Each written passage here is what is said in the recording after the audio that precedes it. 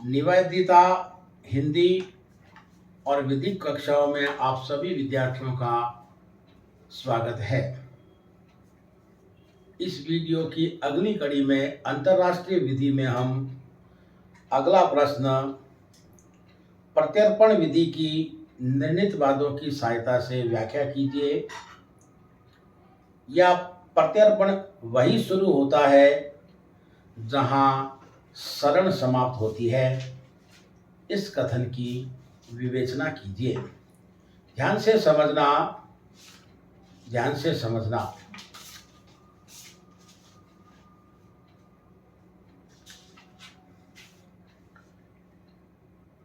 शब्द एक्स्ट्राडिक्शन दो शब्दों से मिलकर बना है, एक्स एवं ट्रेडिक्टम, जिसका अर्थ है अपराधियों का परिधान, डिलीवरी ऑफ क्रिमिनल्स, फरारी का समर्पण या फरारी को सौंपना। ओपेनहाइम की परिभाषा कि अपराधी को उस देश को जिस देश में उसने अपराध किया है या अभियुक्त है, उस देश द्वारा जहां वह उस समय है, लौटा देना या सुपुर्द कर देना प्रत्यर्पण है।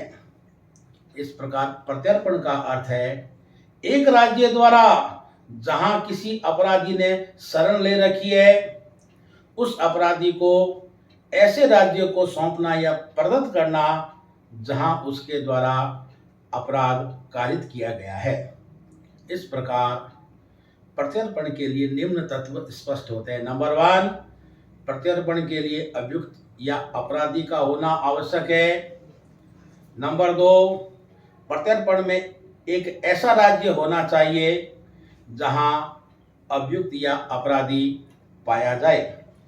नंबर 3, प्रत्यर्पण में दूसरा राज्य ऐसा होना चाहिए जहां अभियुक्त द्वारा कोई अपराध किया गया है। प्रत्यर्पण के लिए एक राज्य द्वारा दूसरे राज्य को निवेदन या अनुरोध किया जाना आवश्यक है। ऐसा अनुरोध या निवेदन राजनयिक माध्यम से किया जाना चाहिए।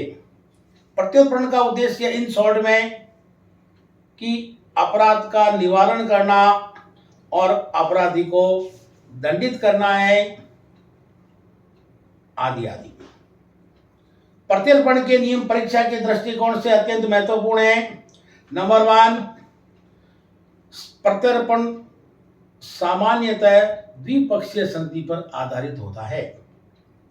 अर्थात प्रत्यर्पण के लिए दोनों पक्षों के बीच में प्रत्यर्पण संधि का होना है। जिस देश का अपराधी है और जिस देश में अपराधी बैठा है, दोनों देशों के बीच में प्रत्यर्पण संधि का होना जरूरी है।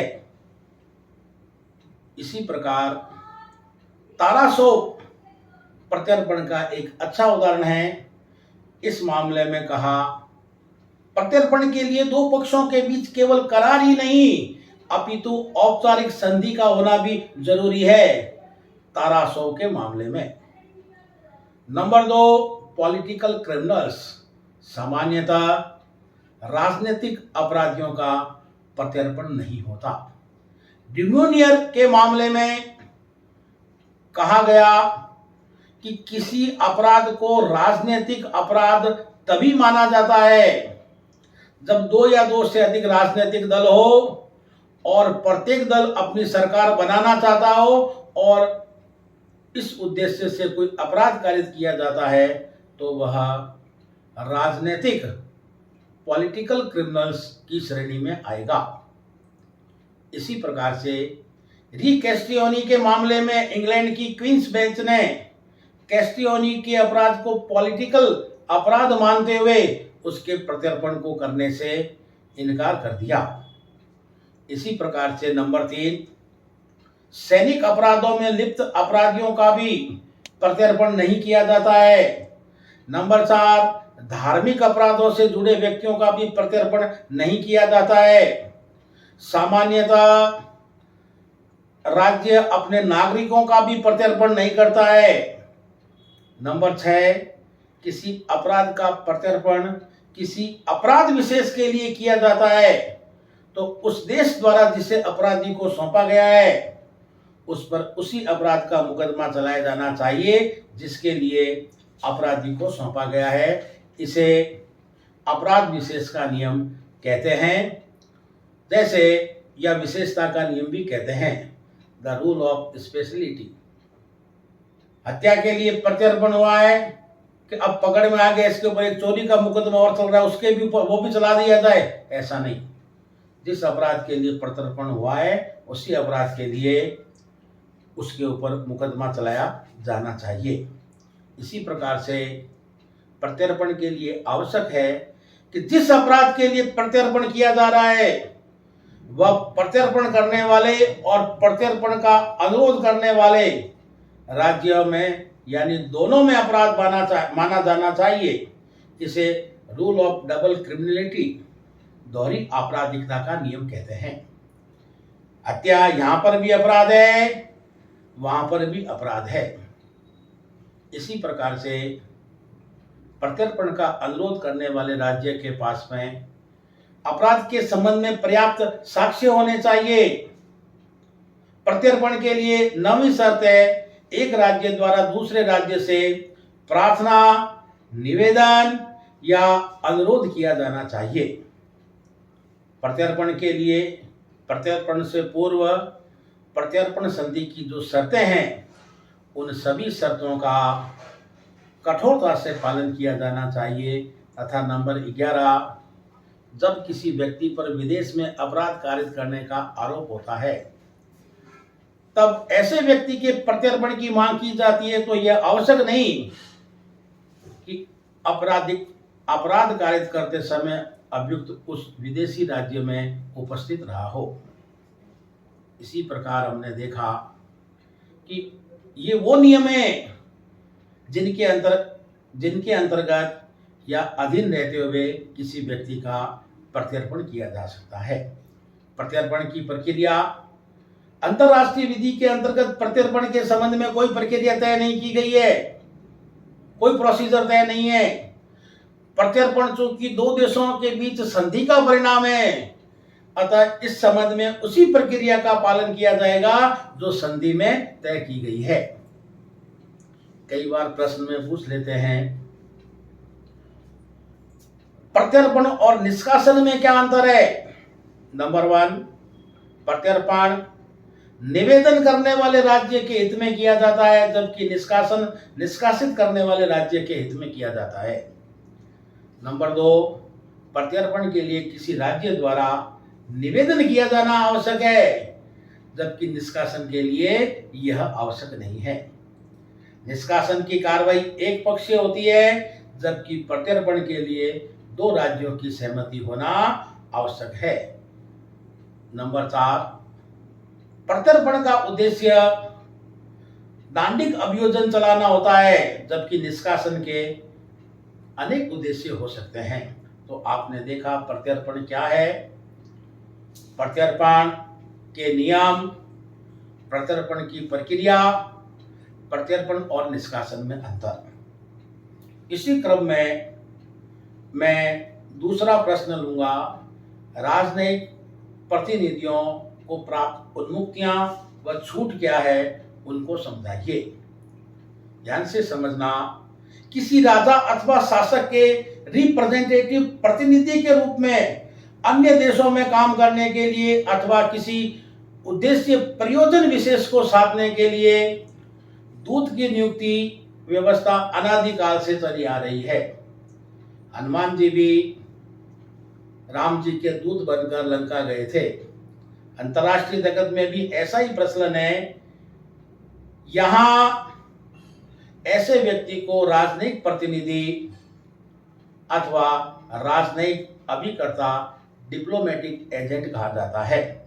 राजनयिक प्रतिनिधियों की उन्मुक्तियां या विशेषाधिकार निम्नलिखित है। अनतिक्रमणीयता यानी गिरफ्तारी से छूट। वियना अभिसमय 1961 के अनुच्छेद 29 में यह छूट दी गई है। नंबर 2, सिविल अधिकारिता से उन्मुक्ति। नंबर 3, आपराधिक अधिकारिता से उन्मुक्ति, वियना अभिसमय 1961 के अनुच्छेद 31 के अनुसार। निवास स्थान संबंधी उन्मुक्ति, साक्ष्य से उन्मुक्ति, करों से उन्मुक्ति, वियना अभिसमय 1961 अनुच्छेद 34 और 36 के अनुसार। पुलिस नियमों से उन्मुक्ति, उपासना का अधिकार, स्थानीय एवं सैनिक उत्तरदायित्व से उन्मुक्ति, वियना अभिसमय 1961 के अनुच्छेद 35 के अनुसार। नियंत्रण का अधिकार, राजनीतिक प्रतिनिधि अपने दूतावास के अधीनस्थ कर्मचारियों व परिजनों पर नियंत्रण रखने का अधिकार है। सूचना भेजने की स्वतंत्रता, वियना अभिसमय 1961 के आर्टिकल 27 के अंतर्गत राजनीतिक प्रतिनिधियों को दूतावास से संबंधित कार्यों के बारे में अपने राज्य को सूचनाएं प्रेषित करने का भी अधिकार है। भ्रमण या यात्रा का अधिकार, वही वियना अभिसमय अनुच्छेद 26। सामाजिक सुरक्षा विषयक उपबंधों से उन्मुक्ति, यात्री सामान के निरीक्षण से उन्मुक्ति। आपने देखा 14 प्रकार की उन्मुक्तियां उनको दी गई है।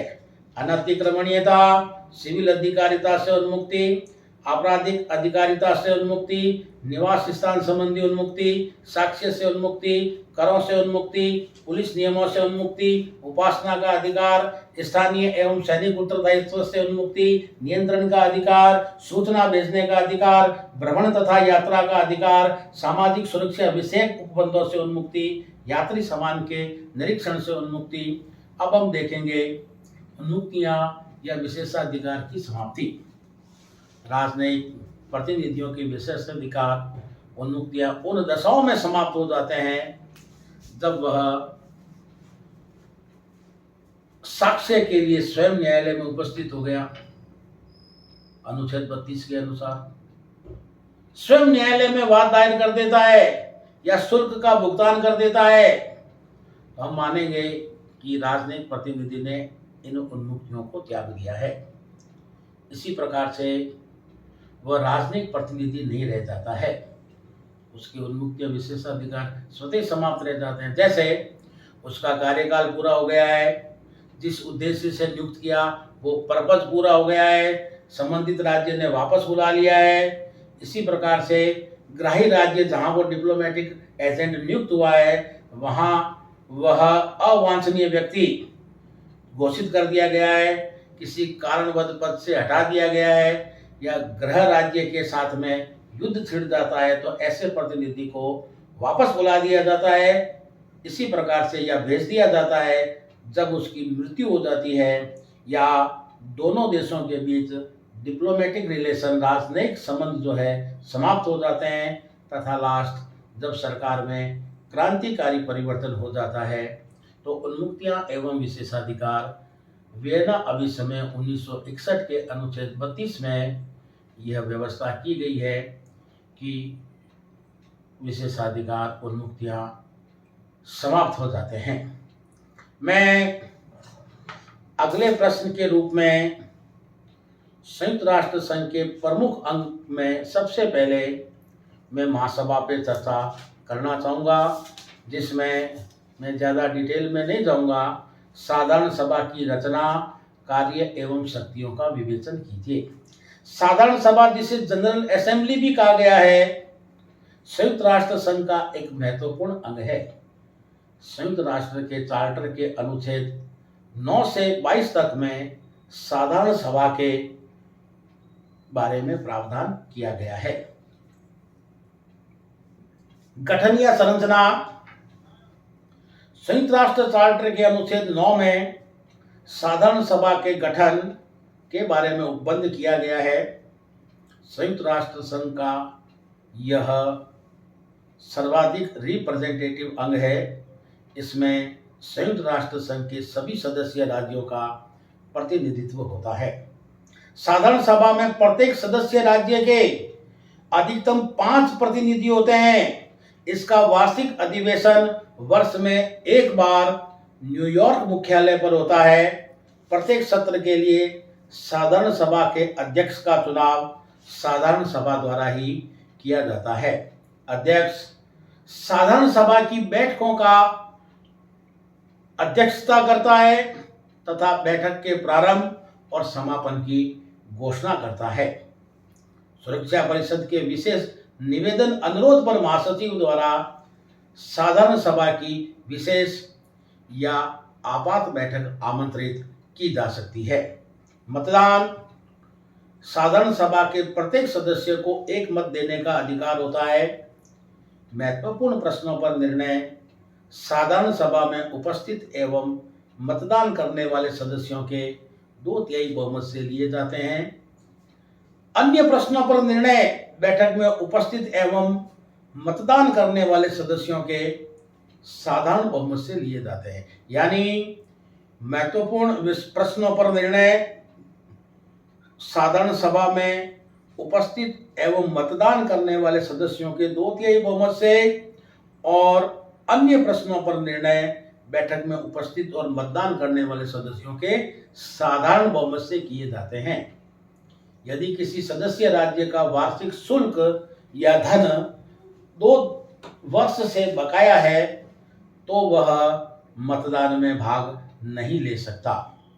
ध्यान से समझना, साधारण सभा के कार्य और शक्तियां, फंक्शंस एंड पावर्स। साधारण सभा के कार्य एवं शक्तियों को संयुक्त राष्ट्र संघ के चार्टर के अनुच्छेद 10 से लेकर 17 तक में उल्लेख किया गया है। साधारण सभा के कार्यों को 5 शीर्षकों में रखा गया है। विमर्शकारी कार्य। साधारण सभा का पहला कार्य विमर्शकारी है, डेलिबरेटिव है। विमर्शकारी कार्य से अभिप्राय विभिन्न प्रश्नों एवं विषयों पर विचार विमर्श करना, अध्ययन करना और अपनी संस्तुतियां प्रस्तुत करना आदि आदि। अनुच्छेद जो है चार्टर के अनुच्छेद 10 और 11 में जो है इसके बारे में प्रावधान है। सुपरवाइजरी फंक्शन, पर्यवेक्षण संबंधी जो है कार्य, साधारण सभा या महासभा पर्यवेक्षण संबंधी कार्यों में नियंत्रण संबंधी कार्य आते हैं। साधारण सभा मुख्य रूप से निम्नलिखित पर नियंत्रण रखने की अधिकारिता है। आर्थिक व सामाजिक परिषद, न्यासिता आर्थिक और सामाजिक परिषद, इकोनॉमिक एंड सोशल काउंसिल, न्यासिता परिषद, ट्रस्टीशिप काउंसिल और महासचिव इसे जो है सुपरवाइजरी फंक्शन जो है पर्यवेक्षण संबंधी कार्य है। वित्तीय कार्य, अनुच्छेद 17 में साधारण सभा को अनेक वित्तीय शक्तियां प्रदान की गई है। साधारण सभा के बजट, आय व्यय के लेखे जोखे पर विचार और अनुमोदन जो है किया जाता है साधारण सभा द्वारा। संस्था के बजट, आय व्यय के लेखों पर विचार एवं अनुमोदन किया जाता है। सदस्यों द्वारा खर्च किए जाने वाले खर्चों के अंशों का निर्धारण किया जाता है साधारण सभा द्वारा। विशेष अभिकरणों के वित्तीय और आय व्यय प्रबंधनों पर आय व्यय प्रबंधनों पर विचार किया जाकर उसका अनुमोदन किया जाता है। साधारण सभा संयुक्त राष्ट्र संघ का एक शक्तिशाली अंग है क्योंकि यह उस पर वित्तीय नियंत्रण रखती है। निर्वाचन संबंधी कार्य और संवैधानिक कार्य। निर्वाचन संबंधी कार्य, साधारण सभा को 2 प्रकार के निर्वाचन संबंधी कार्य संपन्न करने का अधिकार है। नए राज्यों की सदस्यता संबंधी कार्य और दूसरे अंगों के सदस्यों के निर्वाचन संबंधी कार्य। इस प्रकार नए राज्यों के प्रार्थना पत्रों पर सुरक्षा परिषद की सहमति प्राप्त हो जाने पर साधारण सभा द्वारा अपने उपस्थित सदस्यों के 2/3 बहुमत से उनका चयन करके संयुक्त राष्ट्र संघ का सदस्य बनाया जा सकता है। इसी प्रकार से संवैधानिक कार्य। साधारण सभा के संवैधानिक कार्य साधारण सभा द्वारा चार्टर में या चार्टर के संशोधन में भाग लिया जाता है। संयुक्त राष्ट्र संघ की महासभा चार्टर में किसी भी प्रकार का संशोधन करने की अधिकारिता है जब संयुक्त राष्ट्र संघ के 2/3 सदस्यों द्वारा ऐसा संशोधन स्वीकार कर लिया जाता है। इसके लिए 5 स्थायी सदस्यों का होना जरूरी है। संवैधानिक कार्य में दूसरा कार्य है अनुच्छेद 96 के अनुसार साधारण सभा द्वारा संयुक्त राष्ट्र संघ के अन्य अंगों और विशिष्ट ट्रिब्यूनल्स अभिकरणों को विधिक प्रश्नों पर अंतर्राष्ट्रीय न्यायालय के परामर्श या सलाह के लिए अनुरोध किए जाने पर उन्हें ऐसा अधिकार प्रदान किया जाता है। तीसरा संवैधानिक कार्य अपने कार्यों में सहायता के लिए साधारण सभा द्वारा विभिन्न सहायक अंगों, संगठनों, संस्थाओं आदि का गठन किया जा सकता है, जैसे अंतर्राष्ट्रीय विधि आयोग, संयुक्त राष्ट्र संघ प्रशिक्षण तथा अनुसंधान संस्थान आदि आदि। इस प्रकार हमने देखा कि संयुक्त राष्ट्र संघ की जो महासभा है उसके 5 प्रकार के कार्य है। विमर्शकारी कार्य, पर्यवेक्षण संबंधी कार्य, वित्तीय कार्य, निर्वाचन संबंधी कार्य और संवैधानिक कार्य। इस प्रकार साधारण सभा द्वारा कई महत्वपूर्ण कार्यों का संपादन एवं शक्तियों का प्रयोग किया जाता है। आगे मैं जो है एक बहुत ही महत्वपूर्ण प्रश्न पर चर्चा करने जा रहा हूं, जो सामरिक दृष्टि से अत्यंत महत्वपूर्ण है। अंतर्राष्ट्रीय झगड़ों के निस्तारण के विभिन्न उपाय। अंतर्राष्ट्रीय झगड़ों के निस्तारण के तरीके, अरब इजराइल संघर्ष, रूस यूक्रेन युद्ध आदि आदि। क्योंकि आप इंटरनेशनल लॉ पढ़ रहे हैं तो यह प्रश्न अति संभावित है। ध्यान से समझना, संयुक्त राष्ट्र संघ और अंतर्राष्ट्रीय विधि का यह सदैव उद्देश्य रहा है कि अंतर्राष्ट्रीय विवादों का निपटारा शांतिपूर्ण तरीके से किया जाए। अनुच्छेद चार्टर के अनुच्छेद 2 में भी यह कहा गया है कि सभी सदस्य अपने अंतर्राष्ट्रीय विवादों का निपटारा शांतिपूर्ण साधनों द्वारा करेंगे। और लिख देना अनुच्छेद 33 में अंतर्राष्ट्रीय विवादों के निपटारे के कई शांतिपूर्ण तरीकों का उल्लेख किया गया है। किसी विवाद के पक्षकार वार्ता, जांच, मध्यस्थता, सुलभ मध्यस्थम, न्यायिक निर्णय, क्षेत्रीय अभिकरणों या व्यवस्थाओं अथवा अपनी इच्छा अनुसार अन्य शांतिपूर्ण तरीकों से निपटारा करने का प्रयास करेंगे। चाहो तो ये आप दे देना, नहीं तो आप सीधा लिख देना कि अनुच्छेद 33 में अंतर्राष्ट्रीय विवादों के निस्तारण के शांतिपूर्ण तरीकों का उल्लेख किया गया है।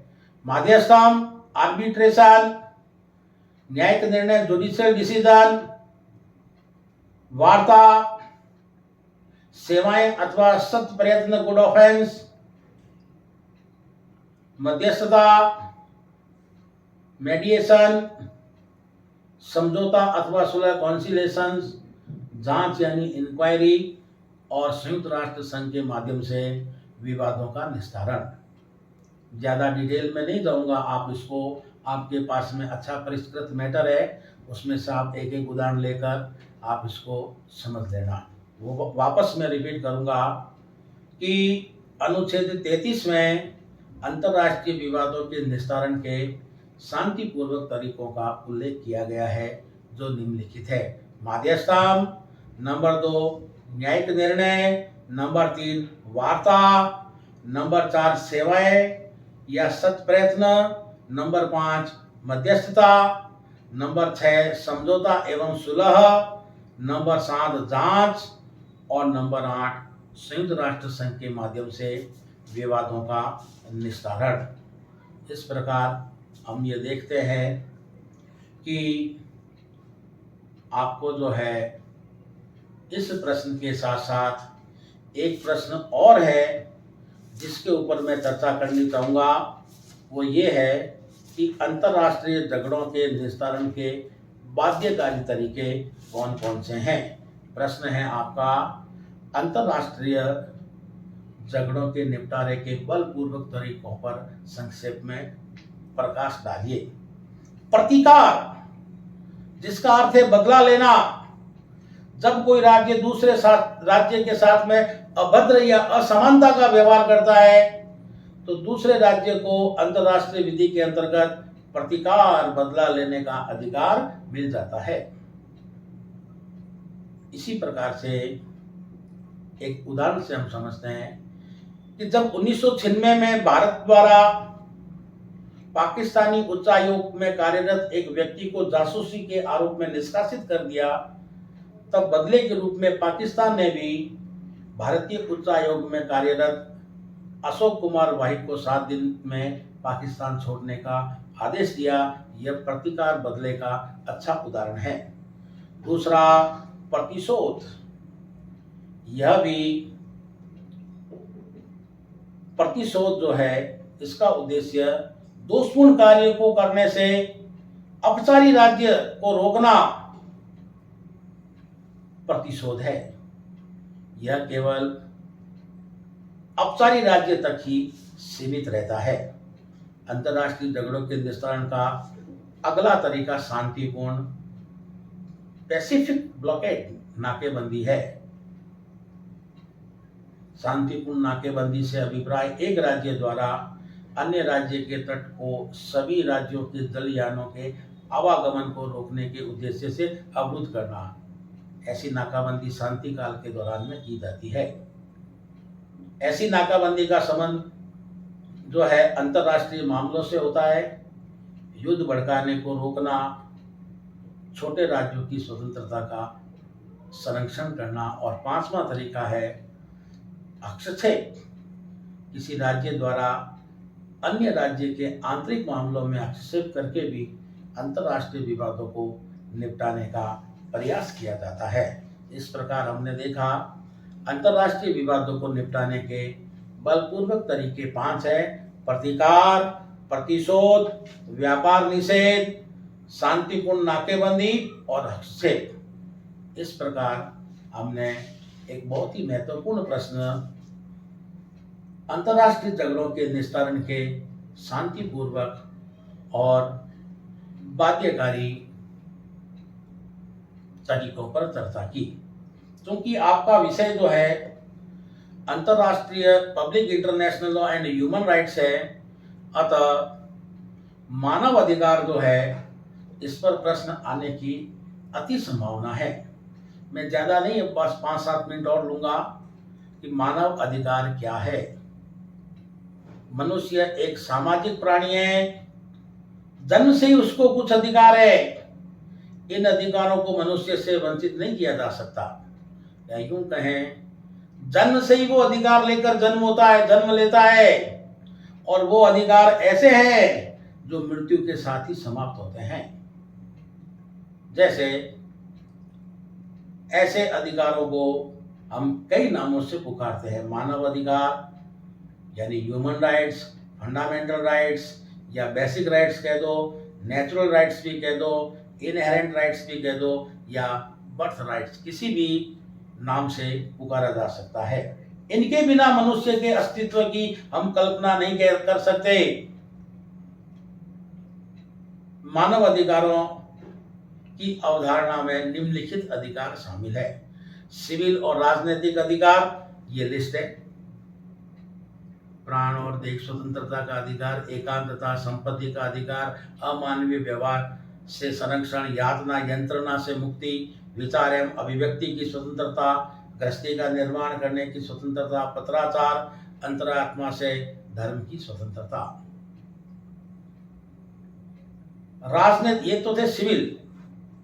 इसी प्रकार से राजनीतिक अधिकारों में मत देने का अधिकार, चुनाव में निर्वाचित होने का अधिकार, लोक कार्यों में रिप्रेजेंटेटिव प्रतिनिधि के रूप में भागीदारी निभाने का अधिकार मानव अधिकार है। इसी प्रकार से आर्थिक, सामाजिक और सांस्कृतिक अधिकार, भोजन, वस्त्र, आवास, काम का अधिकार, सामाजिक सुरक्षा, शारीरिक एवं मानसिक स्वास्थ्य का अधिकार, शिक्षा का अधिकार, समुचित जीवन स्तर का अधिकार, हर व्यक्ति को अपनी डिग्निटी से जीवन यापन करने का अधिकार है। आपने इंडियन कॉन्स्टिट्यूशन में पढ़ा है। DS नगारा वर्सेस भारत संघ के मामले में माननीय उच्चतम न्यायालय ने मानव अधिकारों को परिभाषित करते हुए कहा कि प्रत्येक व्यक्ति को गरिमा से जीवन जीने का अधिकार है। ऐसे व्यक्ति जो गरीबी की रेखा से नीचे जीवन यापन कर रहे हैं, उनके जीवन स्तर को ऊंचा उठाना है और जन्म से लेकर मृत्यु तक की गारंटी प्रदान करना मूलभूत अधिकारों में शामिल है। इस प्रकार हमने देखा कि मानव अधिकार जो है, मानव अधिकार कंसेप्ट और ह्यूमन राइट्स सामाजिक, आर्थिक, सांस्कृतिक, राजनीतिक, सिविल कल्याण मानव अधिकारों की मूल अवधारणा है जो जन्मसिद्ध है। अब प्रश्न यह उत्पन्न होता है कि क्या मानव अधिकार एक विधिक अधिकार है? क्योंकि विधिक अधिकार के दो आवश्यक तत्व होते हैं। पहला अधिकार का धारण करने का अधिकार और दूसरा कर्तव्य का अधिकार, क्योंकि वो relation between right and duty, अधिकार और कर्तव्य एक दूसरे के सहगामी है, पूरक है। एक व्यक्ति का अधिकार दूसरे का कर्तव्य। मेरा अधिकार मेरा मकान, उस पर मेरा अधिकार है, आपका ये कर्तव्य है कि कोई भी व्यक्ति जो है मेरे इस अधिकार का हनन न करे, बगैर पूछे बिना आज्ञा प्रवेश वर्जित है। इस संदर्भ में मानव अधिकार एक विधिक अधिकार है, क्योंकि मनुष्य अधिकारों का, मानव अधिकारों का धारण करता है और इन अधिकारों की रक्षा करना राज्य का कर्तव्य है। क्योंकि अधिकार मनुष्य जन्म से लेकर पैदा होता है और जहां अधिकार है वहां कर्तव्य है। जिस प्रकार बिना पुत्र के पिता की और बिना पिता के पुत्र की, बिना ठोस के छांव की या बिना छांव के हम ठोस की कल्पना नहीं कर सकते, तो जहां अधिकार है वहां कर्तव्य अवश्यंभावी है। अतः हमारा अधिकार, राज्य का यह कर्तव्य है कि वो हमारे अधिकारों की रक्षा करे। अतः इस संदर्भ में मूलभूत अधिकार, मानव अधिकार जो है, मूलभूत अधिकार मानव अधिकार है और मानव अधिकार जो है विधिक अधिकार है, क्योंकि राज्य का ये कर्तव्य है कि वह हमारे अधिकारों की रक्षा करे। मैं ज़्यादा डिटेल में नहीं जाऊंगा।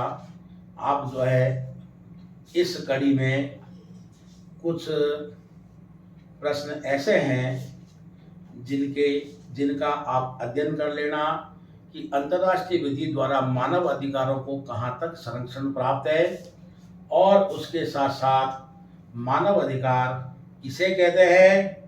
क्या मानव अधिकार संरक्षण अधिनियम 1993 के मुख्य प्रावधानों का उल्लेख कीजिए। ये प्रश्न आप अपने स्तर पर देख लेना, क्योंकि मानव अधिकार क्या है आपने पढ़ा, विभिन्न प्रकार के अधिकार, सोने से लेकर उठने तक और उठने से लेकर सोने तक जितने भी हमारे अधिकार हैं सभी मानव अधिकार हैं। चलते चलते देखिए ऐसा है कि मैं एक प्रश्न जो है अपनी इच्छा से आपको करवाना चाहता हूं और वो प्रश्न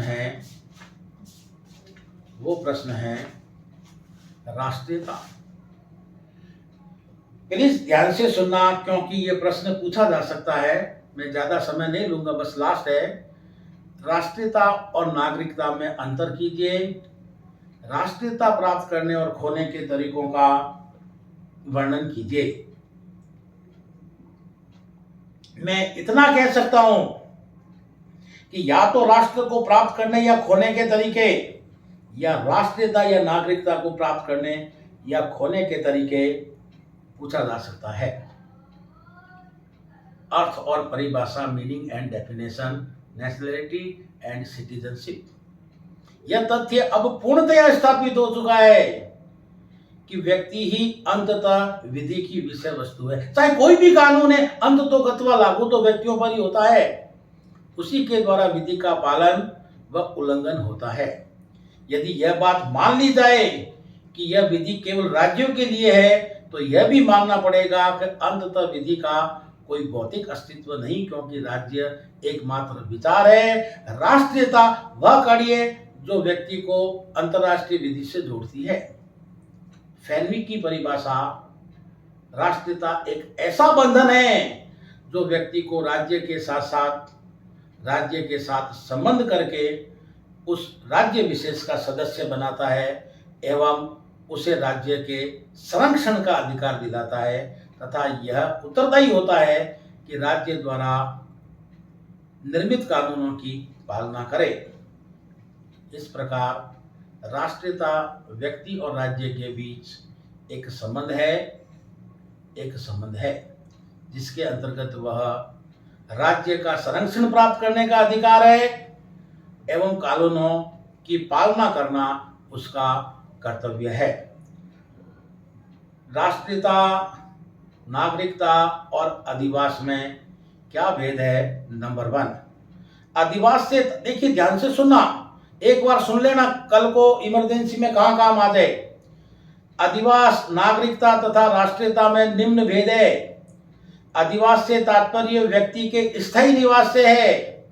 यह व्यक्ति तथा उस स्थान का विधिक संबंध है जहां की व्यक्ति स्थायी रूप से निवास करता है, जबकि नागरिकता से तात्पर्य उस विधिक संबंध से है जो व्यक्ति तथा राज्य की विधि के मध्य होता है, और राष्ट्रीयता का तात्पर्य इस विधिक संबंध से है जो अंतर्राष्ट्रीय विधि के अधीन व्यक्ति और राज्य के मध्य होता है।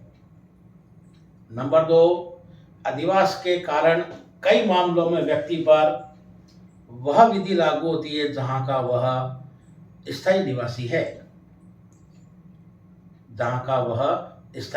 है। इसी प्रकार हम देखते हैं, नागरिकता के कारण एक व्यक्ति पर राजनीतिक, प्राकृतिक, नागरिक यानी सिविल अधिकार राज्य के विरुद्ध प्राप्त करता है। नागरिकता, जैसे मैं भारत का नागरिक, भारतीय संविधान के भाग 3 में मुझे मूलभूत अधिकार दिए गए जो अमेरिका से लिए गए हैं। मेरा अधिकार, राज्य का ये कर्तव्य है कि वो मेरे अधिकारों की रक्षा करे। नागरिकता में, जिस देश का मैं नागरिक हूं, उस राज्य का ये कर्तव्य है कि संविधान प्रदत्त, कानून प्रदत्त मेरे अधिकारों की रक्षा करे।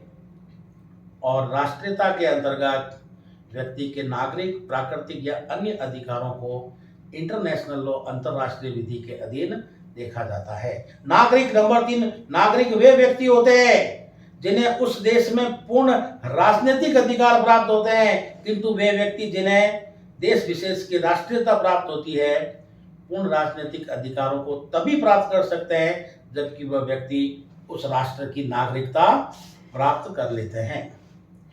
अब मैं इस प्रश्न को इन शॉर्ट में खत्म करूंगा। राष्ट्रीयता प्राप्त करने के तरीके: जन्म से, बाय बर्थ, देशीयकरण या आवास द्वारा, इसी प्रकार से पुनः ग्रहण द्वारा, अधीनीकरण द्वारा, अध्यर्पण या हस्तांतरण द्वारा। जन्म से, बाय बर्थ। देशीयकरण, जब किसी अन्य राष्ट्र में रहने वाला विदेशी उस देश की नागरिकता प्राप्त कर लेता है, इसे देशीयकरण कहते हैं। यह विदेशियों को राष्ट्रीयता प्रदान करने का तरीका है। विवाह द्वारा, बसने की आज्ञा मिल जाने से या सरकारी पद पर नियुक्ति आदि से एक विदेशी का देशीयकरण हो जाता है। पुनर्ग्रहण द्वारा, कभी कभी एक व्यक्ति द्वारा दूसरे देश में रहने के कारण वहां की राष्ट्रीयता खो देता है, कुछ शर्तों के द्वारा वह पुनः प्राप्त कर सकता है। अधीनीकरण, जब कोई राज्य पराजित हो जाता है तो उस देश के सभी नागरिक विजयी राष्ट्र की नागरिकता प्राप्त कर लेते हैं। इसी प्रकार से अध्यर्पण या हस्तांतरण द्वारा, एक राज्य द्वारा जब कोई क्षेत्र दूसरे राज्य क्षेत्र को हस्तांतरित कर दिया जाता है तो हस्तांतरित क्षेत्र के नागरिक स्वतः ही नए देश के नागरिक हो जाते हैं। राष्ट्रीयता प्राप्त करने के जो है तरीके: एक्विजिशन ऑफ नेशनलिटी। अब राष्ट्रीयता को खोना, मुक्त होना। कुछ राज्य इस बात की आज्ञा देते हैं कि उनके नागरिक नागरिकता से मुक्त होने की प्रार्थना कर सकते हैं। यदि उनकी प्रार्थना स्वीकार कर ली जाती है तो वह प्रार्थी देश की नागरिकता से मुक्त हो जाता है। वंचित करना, कुछ आधारों पर उसकी राष्ट्रीयता को वंचित भी किया जा सकता है, जैसे दूसरे देश में नौकरी करना राष्ट्रीयता से वंचित करने का अधिकार है। या दीर्घ काल तक बाहरी निवासी या समय अवधि की समाप्ति, ज्यादा समय तक बाहर रहता है तो उसकी नागरिकता समाप्त कर दी जाती है। या परित्याग द्वारा, जिन व्यक्तियों की बचपन में दोहरी नागरिकता है उन्हें वयस्क होने पर, मान लीजिए भारत का है, अमेरिका में रह रहा है, अमेरिका में जन्म हुआ है तो यहाँ के साथ साथ बाई बर्थ वहाँ की नागरिकता मिल गई है, तो वयस्क होने पर एक देश की नागरिकता को छोड़ना पड़ेगा परित्याग द्वारा। या युद्ध में पराजित या क्षेत्रों का हस्तांतरण द्वारा भी, यदि कोई राज्य युद्ध में पराजित हो जाता है अथवा क्षेत्र का हस्तांतरण कर दिया जाता है तो उस देश या क्षेत्र के नागरिकों की पूर्व नागरिकता समाप्त हो जाती है। ध्यान से समझना, ध्यान से समझना, बहुत इंपॉर्टेंट प्रश्न है। दोहरी राष्ट्रीयता या विवाहित स्त्रियों की राष्ट्रीयता, एक व्यक्ति दोहरी राष्ट्रीयता जाने अनजाने में प्राप्त कर लेता है। जैसे एक व्यक्ति जन्म के आधार पर राष्ट्रीयता प्राप्त कर लेता है तथा अपने माँ बाप की राष्ट्रीयता भी प्राप्त कर लेता है, इसी प्रकार यदि वह लंबे आवास के कारण नई राष्ट्रीयता प्राप्त कर लेता है तो उसके पास भी दोहरी राष्ट्रीयता हो जाती है। इसी प्रकार एक स्त्री जब विदेशी से विवाह कर लेती है तो वह अपने मूल राष्ट्र की तथा पति की राष्ट्रीयता भी प्राप्त कर लेती है। यदि उन दो राष्ट्रों में युद्ध छिड़ जाता है तो ऐसे व्यक्ति की स्थिति बड़ी अजीब हो जाती है। 1930 हेग सम्मेलन में कहा गया कि एक व्यक्ति दोहरी नागरिकता नहीं रख सकता, उसे वयस्क होने पर एक नागरिकता त्यागनी पड़ेगी। इसी प्रकार से दोहरी राष्ट्रीयता और विवाहित स्त्रियों की राष्ट्रीयता के बारे में हमने पढ़ा कि एक राष्ट्र की नागरिकता को छोड़ना पड़ेगा। एक व्यक्ति को जब दूसरी नागरिकता प्राप्त नहीं हो जाती तो पहली नागरिकता से वंचित नहीं किया जाए। यानी राज्य विहीनता या अराष्ट्रीयता, यानी जब व्यक्ति के पास किसी भी राष्ट्र की राष्ट्रीयता नहीं रहती है तो इसे राज्य विहीनता कहते हैं। ऐसे मामलों में व्यक्ति को अंतर्राष्ट्रीय विधि का संरक्षण प्राप्त नहीं होता। लेकिन 1930 में हेग सम्मेलन में राज्यहीनता को समाप्त करने के लिए यह निर्णय किया गया, नंबर 1, एक व्यक्ति को जब तक दूसरी नागरिकता प्राप्त नहीं हो जाती वो पहली नागरिकता से वंचित नहीं किया जाएगा। अराष्ट्रीयता के माँ बाप से जन्मे बच्चे जन्म स्थान के आधार पर राष्ट्रीयता प्राप्त करेंगे और विवाहित महिलाएं जब तक पति के देश की नागरिकता ग्रहण नहीं करती तब तक मूल राष्ट्रीयता बनाए रख सकती है। तो आपने देखा राष्ट्रीयता और नागरिकता में क्या अंतर है, राष्ट्रीयता प्राप्त करने और खोने के तरीके, दोहरी राष्ट्रीयता और विवाहित स्त्रियों की राष्ट्रीयता के बारे में पढ़ा, जहां राज्य विहीनता है, अर्थात जब किसी व्यक्ति के पास में किसी भी राष्ट्र की राष्ट्रीयता नहीं है तो उनकी क्या स्थिति है।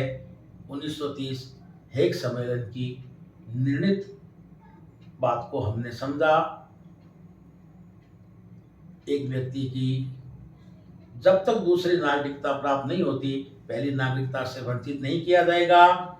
अराष्ट्रीयता के माँ बाप से जन्मे बच्चे का जन्म स्थान के आधार पर राष्ट्रीयता प्राप्त करेंगे और विवाहित महिलाएं जब तक पति के देश की नागरिकता ग्रहण नहीं करती तब तक राष्ट्रीयता बनाए रख सकेगी। मेरा आपसे निवेदन है कि आगामी परीक्षाओं के लिए इस चैनल को सब्सक्राइब करके जो है सब्सक्राइब कर लेवें ताकि आप जो है परिष्कृत परिमार्जित कुछ विशेष वीडियो परीक्षा के दृष्टिकोण से आपको उपलब्ध हो सके।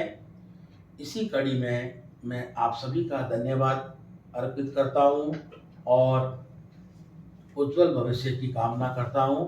जय भारत, जय हिंद।